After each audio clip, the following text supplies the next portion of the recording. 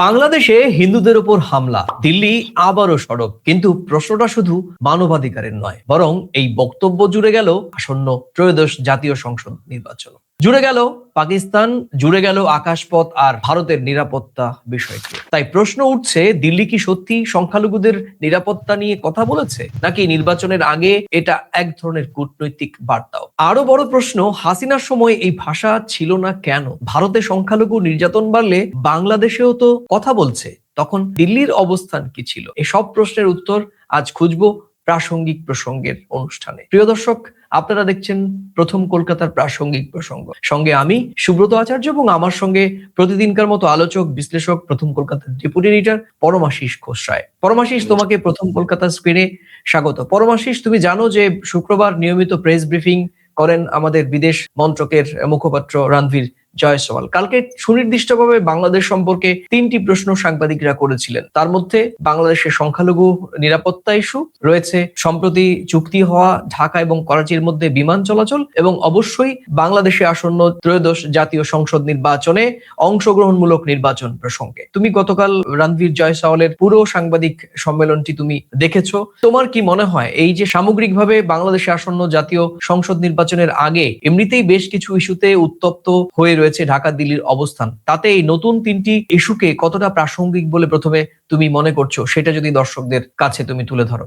দেখো, এখানে প্রাসঙ্গিক প্রসঙ্গর চাইতেও বাস্তবতাটা সবচেয়ে বড় জরুরি। যে 3টি প্রশ্ন কালকে রণধীর জয়সওয়ালকে জিজ্ঞাসা করেছে সাংবাদিকরা, সেই 3টে প্রসঙ্গেরই বাস্তবতা রয়েছে। কি বাস্তবতা? বাংলাদেশে হিন্দু সম্প্রদায় আক্রান্ত হচ্ছে, সে প্রসঙ্গে কথা বলেছেন, প্রশ্ন করেছেন, তিনি উত্তর দিয়েছেন যে এই বিষয়টিতে আমরা যেমন নজর দিচ্ছি, আমরাও তাদের নিরাপত্তার যাতে ঠিকঠাক থাকে সেই বিষয়টি নজর দেওয়ার জন্য অনুরোধ রাখছি।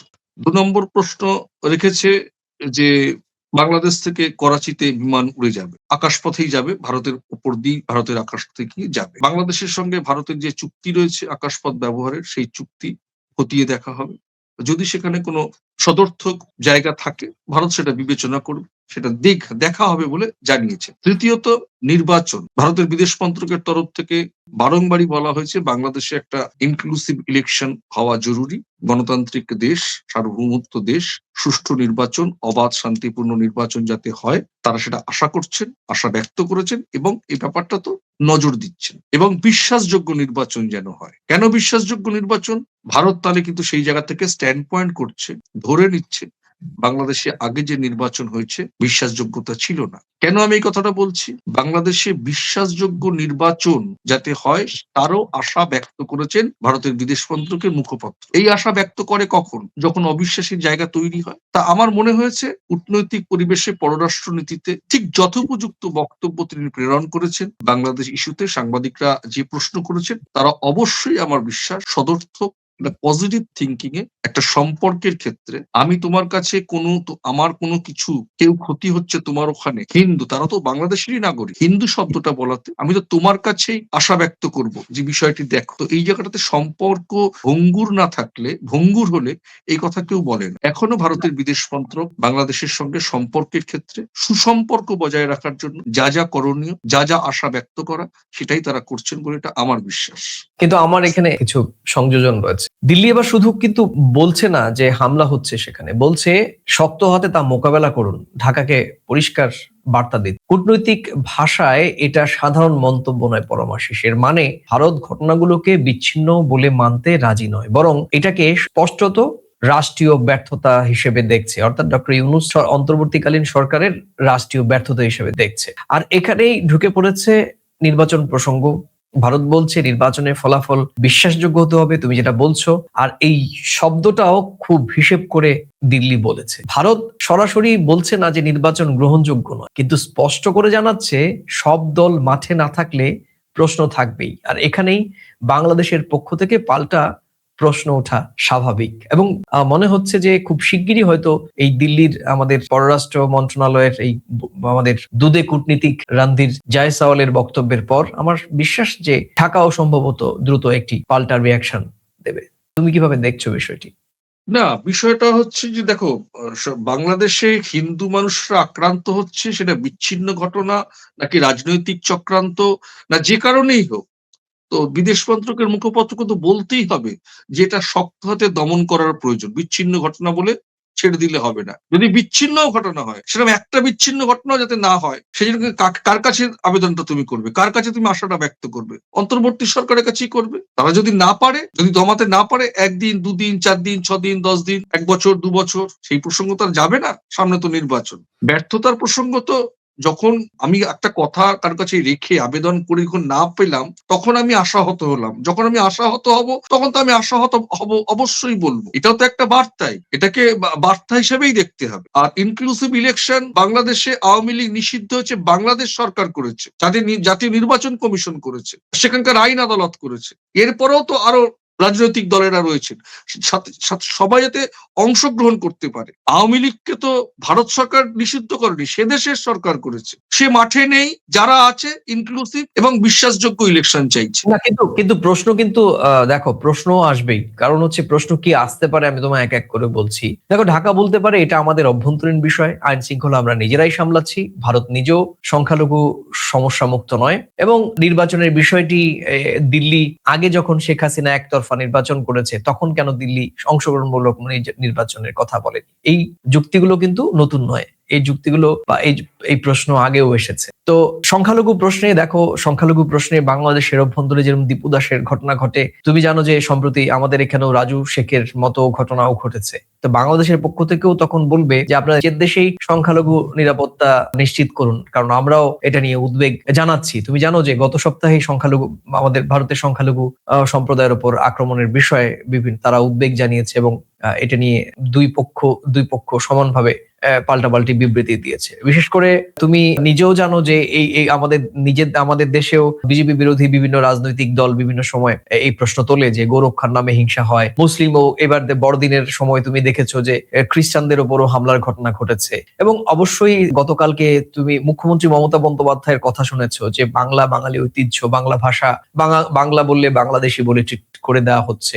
এই যে বিষয়গুলো, সেগুলো তো এখন বাংলাদেশের সরকার বা বাংলাদেশের সাধারণ মানুষও তো প্রশ্ন তুলবে যে আগে তোমরা নিজের দেশ সামলাও। এটা তো ডাবল স্ট্যান্ড, ভারতের দিক থেকে এটা ডাবল স্ট্যান্ড নেওয়া হচ্ছে না, এটা বাংলাদেশের দিক থেকে। আমি শোনো, আমরা উদ্বেগ জানাতে পারি, তারাও তো স্বাভাবিকভাবে উদ্বেগ জানাতে পারে। এতে কোনো অন্যায় নেই। এটা তো এই উদ্বেগ জানাটা তো স্বাভাবিক। ভারতের মুখপাত্র, বিদেশ মন্ত্রকের মুখপাত্র একটা মন্তব্য করলে, সেটা শোনার পর বাংলাদেশের বিদেশ পররাষ্ট্র দপ্তরের মুখপাত্র যদি কোনো মন্তব্য করে, এটাই তো হওয়া স্বাভাবিক। প্রশ্ন তুললে তার উত্তর আছে, সেই উত্তরের এগেনস্টে আবার প্রশ্ন আছে, এ তো স্বাভাবিক। আমাদের এখানে উগ্র হিন্দুত্ববাদের নামে যে ঘটনা ঘটছে, আমি বাঙালি হিসাবে নিজে শঙ্কিত যে আমি অন্য রাজ্যে গেলে কতটা বাঙালি বলে। তুমি তো জানো যে আমি বিভিন্ন মঞ্চে যখন বক্তৃতা দিয়ে আমি বলি যে বাঙালিকে কাঙাল বানানোর চেষ্টা করা হচ্ছে। আমরা আমাদের সংস্কৃতি, ঐতিহ্য, আমাদের ভাষাকে আমাদের রক্ষা করতে হবে, বাঁচতে হবে। আরে আমি তো পশ্চিমবঙ্গের বাঙালি, আমি তো একজন ভারতীয় নাগরিক। আমাকে হিন্দি ভাষাভাষী লোকেরা বাংলায় কথা বললে, গুজরাটে বা উত্তরপ্রদেশে যদি বাংলায় কথা বললে আমাকে হেনস্থা হতে হয়, তার জন্য কি আমার মাটি শক্ত করতে হবে না? আমাদের সকল বাঙালিকে একত্রিত হতে হবে না? এ তো স্বাভাবিক। বিদেশ মন্ত্রকের মুখপাত্র যা বলেছেন আমি ধরে নিচ্ছি সবটাই সঠিক এবং এটাই বক্তব্য হওয়া উচিত। কিন্তু তার বক্তব্যের পরিপ্রেক্ষিতে বাংলাদেশ যদি কোনো একটা বক্তব্য দেয়, হয়তো বক্তব্য রাখার অধিকার আছে, এবং এই উভয় পক্ষের একজনের বক্তব্য শুনে যদি আরেকজন বক্তব্য দেয়, সেটা পজিটিভ দিক, সেটা নেগেটিভ দিক দিয়ে দেখলে হবে না। সেটা আমার প্রতিবেশী রাষ্ট্র। যদি সম্পর্ক না থাকে, ও কি বলছে আমার দেখার দরকার নেই, তা তো নয়। না, কিন্তু আমি বলছি যে দেখো, আজকে আমাদের বাংলাদেশে ইনক্লুসিভ ইলেকশনের কথা আগে বলেনি, এখন বলা হচ্ছে। ধরে নিচ্ছি এখন বলা হচ্ছে। অসুবিধা কোথায়? যারা না বলেছে যে আমরাই একত্রিত, আমরাই ভোট পেয়েছি, বাংলাদেশের সব মানুষ আমাদের পক্ষে, ভারত সরকার তো দেখলো গণবিক্ষোভ হয়েছে। না, বলতে অসুবিধা নেই, কিন্তু এই যে বাংলাদেশের পক্ষ থেকে এই বলার পাল্টা একটা যুক্তিও তো তাদের কাছে রয়েছে, তাই না? সে তো থাকবেই, আছে তো বটেই। আমরা তো সেই রাস্তা তৈরি করে দিচ্ছি। হ্যাঁ, এই তুমি এক্ষুনি বলছিলে যে বাংলা ভাষায় কথা বললে মধ্যপ্রদেশ বা আমরা যদি অন্য কোনো স্টেটে যাই, সেক্ষেত্রে তুমিও ইনসিকিউর ফিল করো, বাঙালি বললেই বাংলাদেশি ট্রিট করে দেওয়া হচ্ছে। এই যে আমরা নিজেরা ভারতীয়রা এই বাংলাদেশি বলে দেগে বিভিন্ন রকম ভাবে আমাদেরকে হেনস্থা করা হচ্ছে, স্বাভাবিকভাবেই ঢাকা এই প্রশ্নটা তো আনতেই পারে যে আপনারা নিজেরা ভারতীয়দের মধ্যেই আপনারা বিভাজন তৈরি করেছেন, আপনারা কেন আমাদের দেশের অভ্যন্তরীণ বিষয়ে নাক গলাচ্ছেন? এটা তো না, ঢাকা বিষয়টা হচ্ছে যে বাংলাদেশের তরফ থেকে এই প্রশ্নে কথা বলতেই পারে, কিন্তু আবার এটাও ঠিক আমার দেশে, আমার ভারতের মাটিতে মুসলিমরা আক্রান্ত হচ্ছে, সেটা বাংলাদেশ থেকে কোনো লোক মুখপাত্র বলতেই পারেন, কিন্তু আবার এটাও তো আমি বলতে পারি, ভাই আমি আমারটা দেখছি, কিন্তু আমার ওখানে তো হিন্দু ভাই আক্রান্ত হচ্ছে, আমি অনুরোধ করছি মাত্র, এটাকে দমন করার কথা বলছি। না, আমার এটা কি দেশে শুধু কোনো ক্ষতি হলে আমাকে তো শুনতেই হবে, আমার এটা দেশে কি হচ্ছে বলে আমাকে শুনতে হবে না? অবশ্যই শুনতে এটা হবে। এটা তার কি মানে শুধু এই নয় তোমার দেশে হচ্ছে বলে আমার দেশে আমি করবো, সে তো না, সেই বিষয়টা তো নয়, দমন করার কথা বলা হচ্ছে। না, না, পাল্টা এটা কি তুমি শুধু দিতেই পারো। না, এটা কি শুধু কথা চালাচালি? আসলে এটা কি সমাধান হচ্ছে আদৌ? কিন্তু সমাধান তো হচ্ছে না। ওখানে দীপু দাস বেড়ে চলেছে, আমাদের এখানে রাজু শেখের ঘটনা বেড়ে চলেছে। সমাধান তো আমরা দেখছি না দুই দেশের সাধারণ মানুষ, কিন্তু সরকারে চলছে, আমাদেরকে বাকবিতণ্ডা চলছে। উভয় পক্ষকেই কনসেন্ট্রেট করতে হবে, উভয় পক্ষকেই কনসেন্ট্রেট করতে হবে। কথার চালাচালিতে তো চিড়ে ভেজে না, উভয়কেই বিষয়টা দেখতে হবে নজর দিয়ে। আবার আমরা এর মধ্যে সেই দেখা গেছে প্রথম কলকাতার তরফ থেকে আমরা উভয় দেশের সরকারকে, আমি যেমন ভারতীয় নাগরিক, আমি ভারত সরকারকেও বলবো আমাদের দিকে যেন কেউ আঙুল তুলতে না পারে যে ভারতের মাটিতে কেন মুসলিমরা আক্রান্ত হন, ভারতের মাটিতে কেন, কলকাতার মাটিতে কেন একজন প্যাটিস বিক্রেতাকে চিকেন প্যাটিস বিক্রি করছে বলে তাকে বেধড়ক মারধর করা হয়, সেটাও যেমন আমাদের রুখতে হবে। সেই রোখাটার জন্য কেন্দ্রীয় সরকারকে যেমন আমি বলবো, রাজ্য আমরা সরকারকেও কেন বলবো। অন্য রাজ্যে গিয়ে বাংলা ভাষায় কথা বলতে পারবো না? আমরা কেন অন্য রাজ্যে গিয়ে বাংলা ভাষায় সেই জায়গা থেকে তো আমাদের আন্দোলন সংগঠিত করতে হবে। আমি আমি আমি আমাকে কোনো রাজনীতি করতে বলছি না। আমি তো কাল সেদিনকে বলেছি যে ছ্যাবলামহক করছে জাতীয় নির্বাচন কমিশন।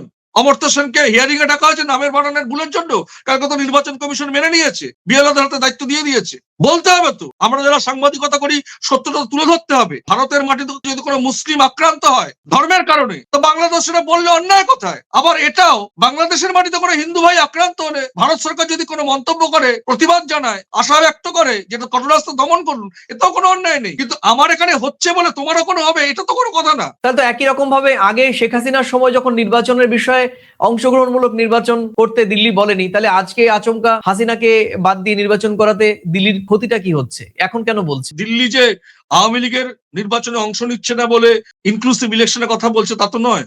সেটা কি বলেছে? সে তো বলেনি। এই কূটনৈতিক সে নিষিদ্ধ। দেখো, এটা কূটনৈতিক ভাষা, এখানে বলার আর মানে আমি তুমি আমরা সকলে বুঝি যে এটা কূটনৈতিক ভাষা।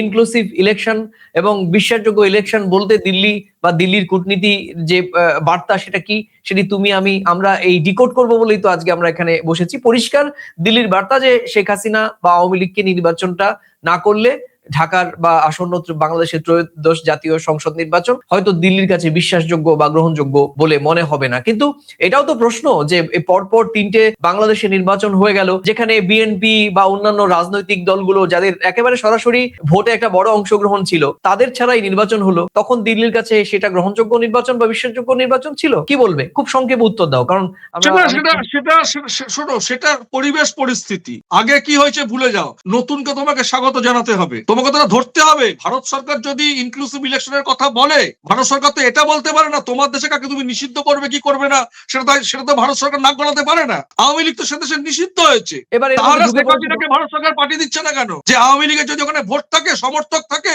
গেলে কোনো ভয় নেই, তাহলে পাঠিয়ে দিতে পারছে না কেন? একদমই তাই। এটা কোনো এবার কথা না। এই যে নির্বাচনের পদ্ধতিকে আশা ব্যক্ত করছে কেন, শান্তিপূর্ণ গণতান্ত্রিক পরিবেশ ফিরে আসুক, নতুন সরকার গঠন হোক, ভারত সরকার তো এটাকে আমি বলবো অ্যাড্রেস করছে বলেই তো বুঝলাম না, প্রধানমন্ত্রী বাংলাদেশে জানা যায় উপস্থিত হয়। না, না, সেই বার্তা নিঃসন্দেহে আমাদের পররাষ্ট্রমন্ত্রী, দুদে পররাষ্ট্রমন্ত্রী এবং অত্যন্ত প্রভাবশালী পররাষ্ট্রমন্ত্রী বাংলাদেশের প্রয়াত বেগম খালেদা জিয়ার যে শেষকৃত্য অনুষ্ঠানে গিয়েছেন এবং আমাদের মাননীয় প্রধানমন্ত্রীর যে একটা শোক বার্তা এবং তারেক রহমানের কাছে দিয়ে প্রায় 40 মিনিটের বৈঠকে মোটামুটি দিল্লির সাউথ ব্লক বা দিল্লির পক্ষ থেকে পরিষ্কার বার্তা দেওয়া হয়েছে যে নতুন বাংলাদেশকে দিল্লি স্বাগত জানাচ্ছে এবং বাংলাদেশ এটি গ্রহণ একটি সুষ্ঠু অবাধ নিরপেক্ষ নির্বাচন হলে দিল্লি এবং ঢাকা কাঁধে কাঁধ মিলিয়ে অতীতের মতো করে কাজ করবে নিঃসন্দেহে। কিন্তু মাঝখানে আবার ঢুকে পড়েছে পাকিস্তান। তুমি জানো এই অংশটি অত্যন্ত গুরুত্বপূর্ণ।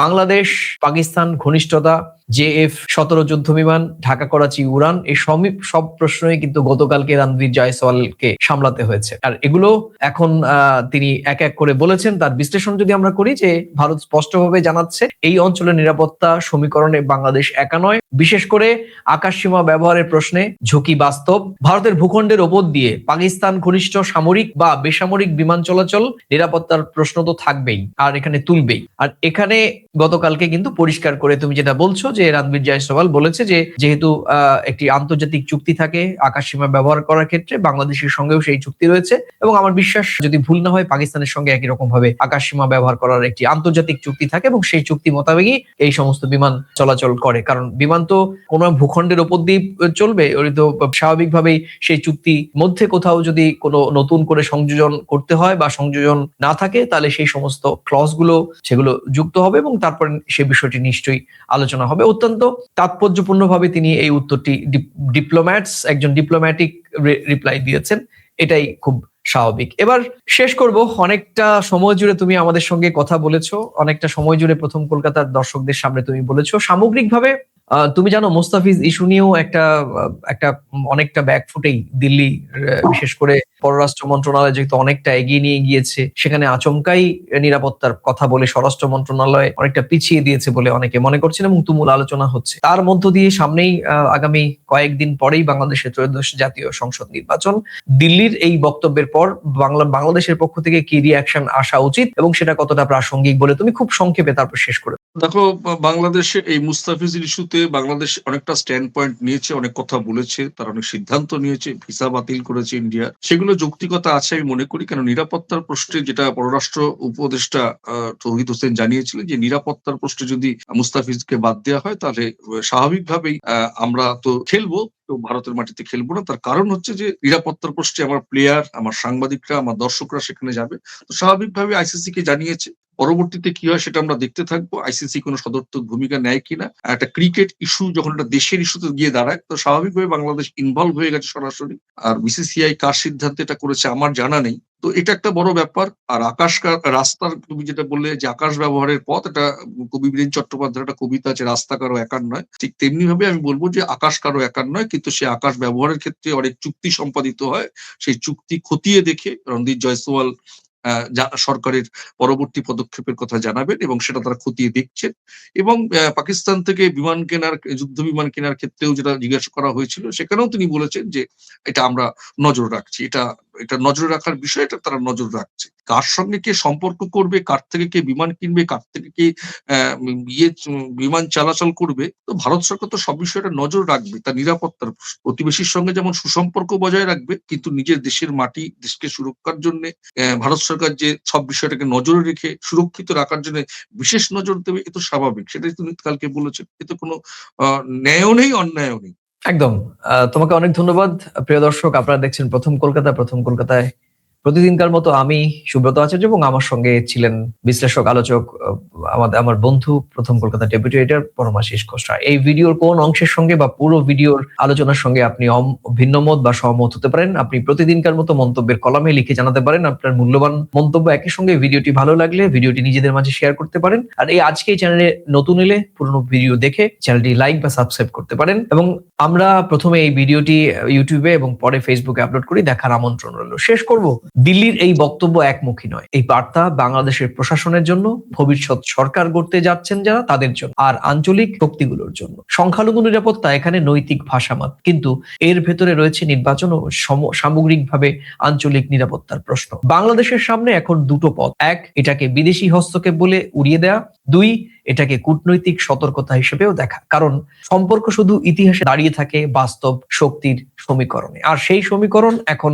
সংখ্যালঘু প্রশ্ন, নির্বাচন আর আকাশপথ সবই এক সুতোয় বাঁধা। প্রিয় দর্শক, আবার দেখা হবে নতুন কোনো প্রাসঙ্গিক প্রসঙ্গ নিয়ে। ততক্ষণ ভালো থাকুন, সুস্থ থাকুন এবং সবাই নিরাপদে থাকুন। নমস্কার। নমস্কার।